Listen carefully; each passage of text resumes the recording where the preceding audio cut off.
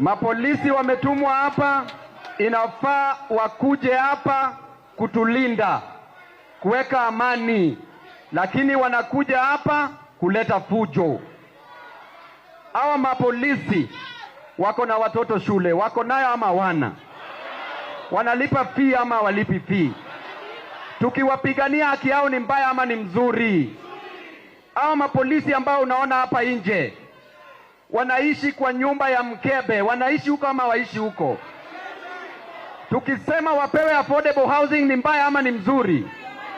Wanakuja kutupiga hapa kwa nini? Na wako na shida kushinda Wakenya sana. Mapolisi ambao unaona hapa si wako kwa CRB? Si wako na madeni? Lakini tukikuja hapa kuwapigania wanatumwa ili waharibu mkutano yetu. Ushenzi si ushenzi, upuzi si upuzi. Mapolisi ambao unaona hapa, hawa mapolisi ukiona mishahara yao iko chini sana, na sisi tunasema serikali waongezee mishahara. Tukiwaambia hivyo wanakuja hapa na tear gas. Ujinga si ujinga, upuzi si upuzi. Jamani,